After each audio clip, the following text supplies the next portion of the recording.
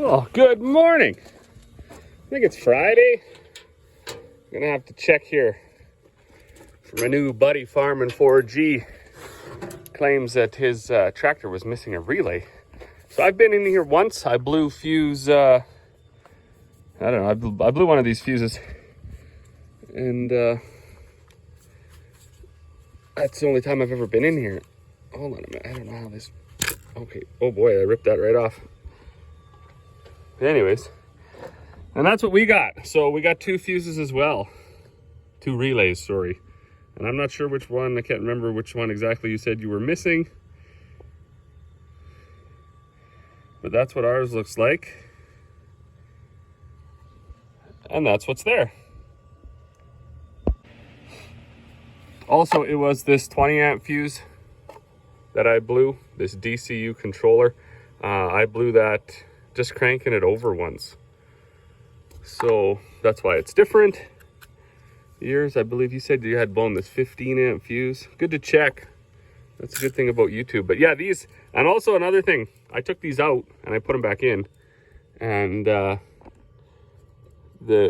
tech, when he came out to reset the computer, he said, you gotta make sure these are in the right spots. They will plug in, but they won't be in the right spot. So if you end up on your T9 POS tractor, coursing in this little box here, make sure you get everything back together right. It also stinks, like burning electrical. But the tech was out here and I pointed that out and he said, oh, that's fine, it just runs hot. And I was like, well, if you can smell it, I don't know if that's good or not. What are we gonna be at today? Well, we're gonna be at, going to get a bolt. I don't understand these Seedmasters, what their idea was with garbage. This caster wheel, I don't even think casters anymore. Ouch. Missed it anyways.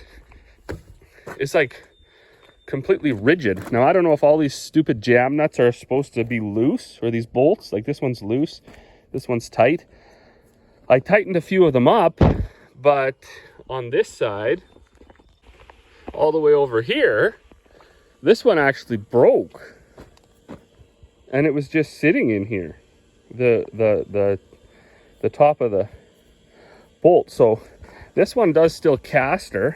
And I mean, I grease everything. We're pretty big fans of the grease gun around here. So everything gets greased, and if it doesn't take grease, we repair it. We repair the grease nipple and make sure that it does. This one's so loose that it rocks.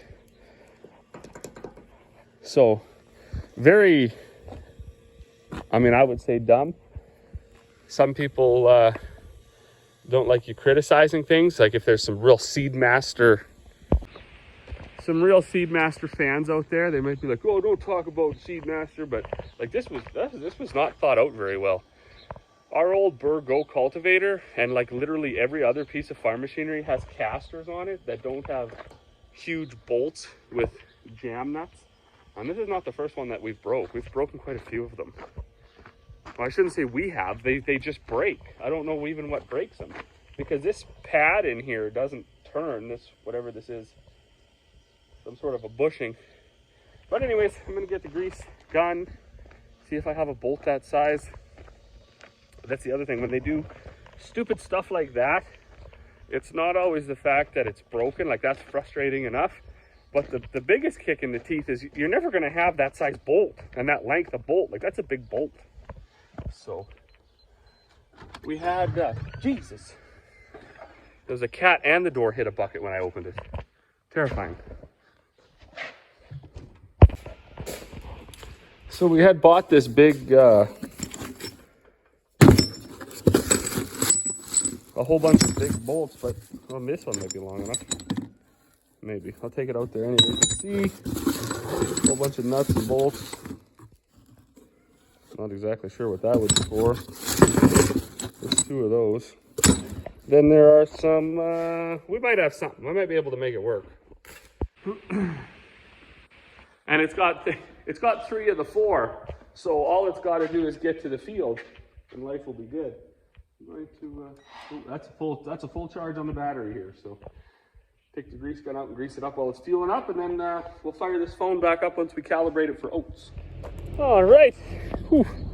load of molasses out. So we got to switch your rollers. So we're going to switch over to oats. So these were for canola. These are called extra fine, I believe. Oops. And this one is going to be for your peas, your cereals, even your fertilizer, whatever. These sections correspond to a tower on the drill. So our drill has 3 on one side, 2 on the other.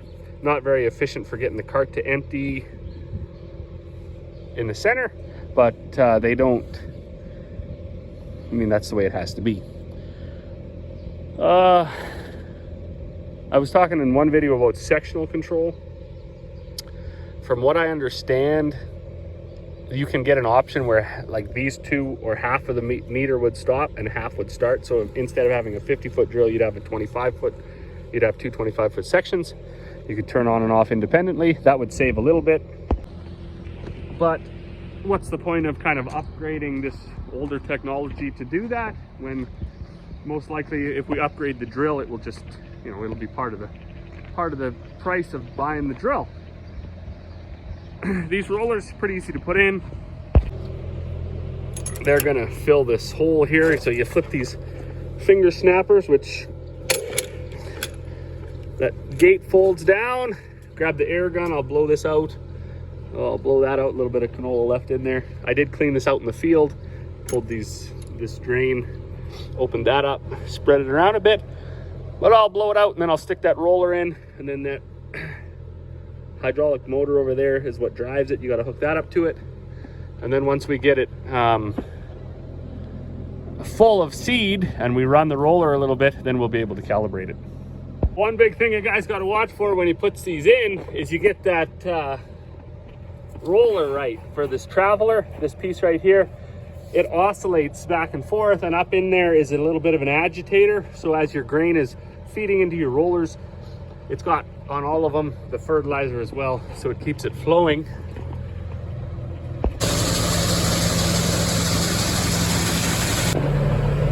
All right, well, we finally got everything full, and now we're going to calibrate it. So I got to find the cart screen. We'll go to the meters. Now these 2, because we're not changing the fertilizer, they'll stay the same. It's only this one that we got turned on.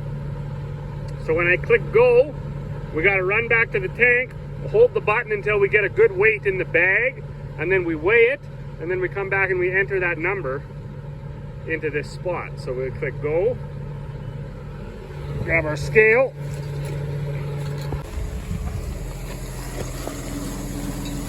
Mom, where do you want that?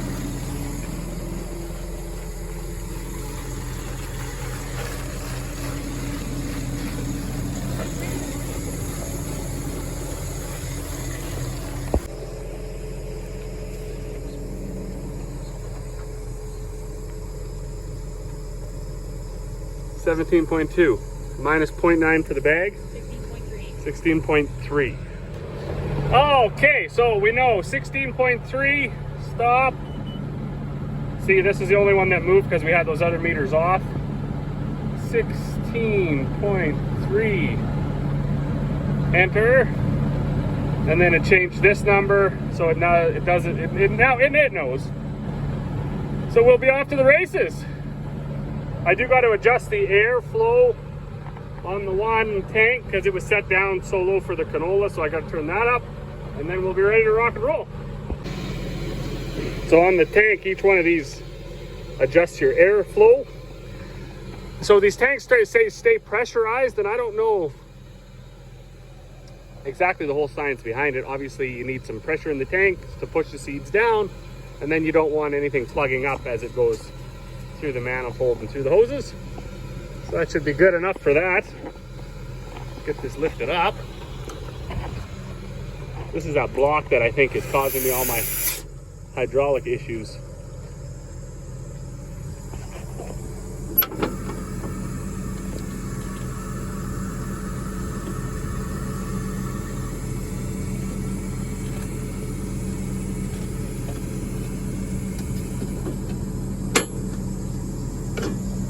Lock this into place. Ready to go. Well, good afternoon. Things have been going fairly well here down by the lake. Nice piece of property. Nice dirt down here. Getting the oats in. This piece is only about 70 acres. All of that. That's that 400-acre piece that I seeded wheat to. In there was a huge wet spot we haven't been able to seed for a long time. There's still water standing in it, so we still can't seed it. Also, it's like sod bound, root bound, everything. So Dad was there yesterday. He worked it. Last fall, he took all the fence and everything out of there. There is also a ditch that runs through. He did actually quite a bit of work down here. Cleaned out the willow bushes and stuff that had been growing. And now we're hoping we can work through it. Of course, with the machinery getting a little bit bigger and a little bit wider, a little bit obviously better flotation with these massive tires, you can get in and out of wet spots you couldn't have got in and out of 20, 30 years ago with the smaller tractors. So hopefully we'll be able to farm right through here next year, and then this whole piece will almost be like, it'll be 470 or 80 acres. It'll be just awesome. You can really count the acres up when you get onto a chunk like that where you just go back and forth. And the reason it's so big is it's about 3 or 4 quarters right here. I guess it's 3. And then you only lose a little bit from the lake. So it's over, I don't know exactly where the half-a-mile point is, but from the top end up there all the way down to the bottom end here is just about a mile. And then from the highway to the trees is a mile. So you just lose a bit for the lake. But that button. Yet again, when you're just seeding all day, it's hard to come up with content. But I was looking at this cool operation here, and I was thinking, I don't know if I never spent any time on the blockage monitor. So there's all sorts of technology, like remote switch. This is the GPS for the tractor, and the tractor controls, cameras. You got your drill controls on this monitor, and your cart controls and everything. So there's lots of buttons, there's lots of things going on. But this is really cool. So Legend doesn't make a drill, they don't make a tractor, they make blockage monitors, and I don't even know what else they make. Every one of those black hoses that's on a taller tower is your seed hose, and every one of them has a sensor. The shorter one right beside it, that's your fertilizer tower, and only 1 out of 10 has one. So as you move, there's 1, 2, 3, 4, 5, 6, 7, 8, 9, 10 towers. Number 1 has every single hose, number 2 has just 1. Then number 3 has every single hose, and number 4 has just 1. And that's what you see on the screen. That's all your seed runs, and then your fertilizer. And then all your seed runs, and then your fertilizer. And then all your seed runs, and then your fertilizer. All right, just had to get turned around there. So, and that's done strictly 100% for financial reasons. To outfit a drill like this, I think would probably cost right around $15,000 today with this system. Each sensor is a little over $100, or at least that's what they were the last time I bought one. Then there's all the cabling, and then you do need to either use, well, you can use your phone or something, but you should have an iPad or something that's nice and big and dedicated to it. If you buy half the amount of sensors, that's half the money. So that's why we did that. And then for the same amount of money to outfit one drill with full blockage, seed and fertilizer, we could outfit both of our drills with full seed runs, and then the way they word it is primary blockage. So when you have one on your fertilizer tower, it tells you that the big hose feeding it, I think that's like a 2-inch hose, or maybe it's a 3-inch hose, but that tells you that that hose isn't plugged. Because if the fertilizer is getting through to one hose in the tower, it's most likely getting through to all of them. Now you can run into a situation where a hose gets pinched, or it gets a rock in it, or some mud up in the shank or something. But when we stop and fill, or a few times throughout the day, I will check them all anyways, and that's good enough. So the cool thing about it, and I'm sure all blockage monitors today are created equally, they're probably all good, but the cool thing is the Legends work in both blockage mode and rate mode. So if you just want to know if seeds are going through, you can set this number that's 160 right now, you can set it to 0. And if you do that, it will show you, this number will jump way up. And I think that's just kind of how many seeds a second are going through all the sensors total. Because if you click on it, it does come up with a number, 158 seeds a second. I don't know if that's how many for the day. Then tells you a bunch of information about each sensor. I don't know much about all that.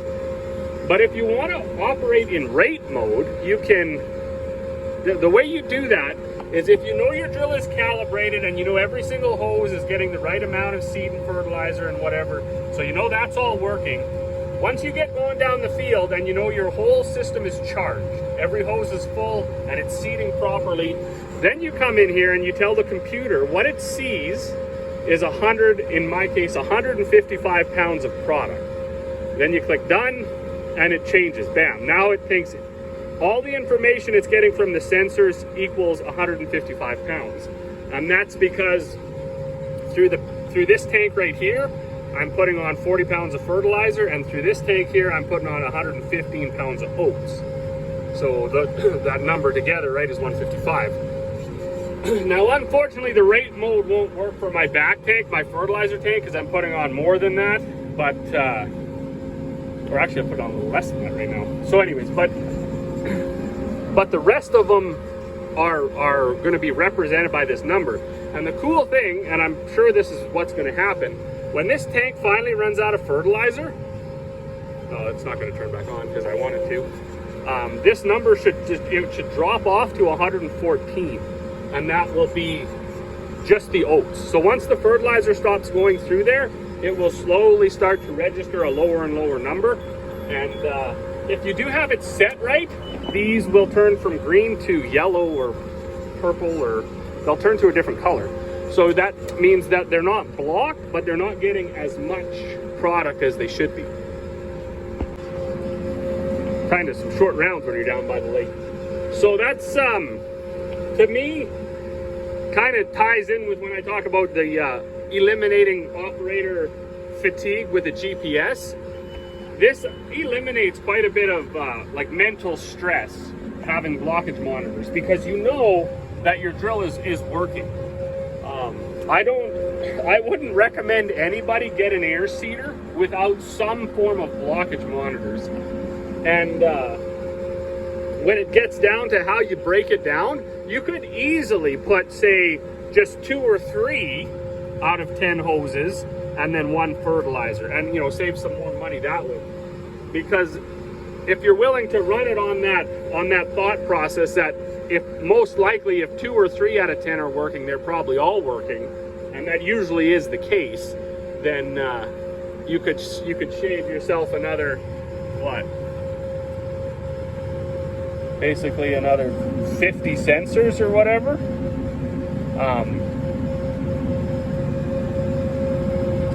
I guess not quite 50, but which would be another, you'd save yourself another $4,000 anyways. So I don't know what kind of monitors are out there. Some of the YouTube videos I've seen show different monitors with, like, where they actually have a picture of the tower and each one is numbered. I don't know what kind of monitoring system that is. I think John Deere still has their own. I think Case has their own. New Holland, they have their own monitor. One thing that I do like about the Legend is it's not tied into anything. So when I shut my drill off, the monitors, they act like it's not seeding. They don't know that the drill's off. And I like that independent system because you don't have to worry if it's somehow getting bad information from the drill itself. And I know that might sound like an exaggeration, but man, we've had some wonky stuff happen with software, and the less stuff that we find we have tied together, the better off we are. I mean, you end up with situations where your seat sensor doesn't work, so you can't engage the header on your combine. I mean, that's just ridiculous, right? It's a safety thing, but it impacts your operation. So you could, in my mind, end up with a situation where if your seed cart isn't seeing the right voltage or something, then your blockage monitors won't work, and vice versa. So we do like to try to keep stuff independent, and it makes for a few more wires, it makes for a little bit more software, but at least it's not all tied together. I'm not sure if I'm going to have much more content for the day. We've been getting some pretty good views on the last few videos, and lots of subscribers, so I definitely appreciate everybody that's liking, that's commenting, that's subscribing. That's awesome to see all the feedback that I'm getting. I've had lots of people reach out and answer questions about my drill and about my tractor and issues I've been having, so I appreciate all of that. For those of you who are seeding, happy seeding. For everybody else, thanks for watching, and we'll see you all on the next one.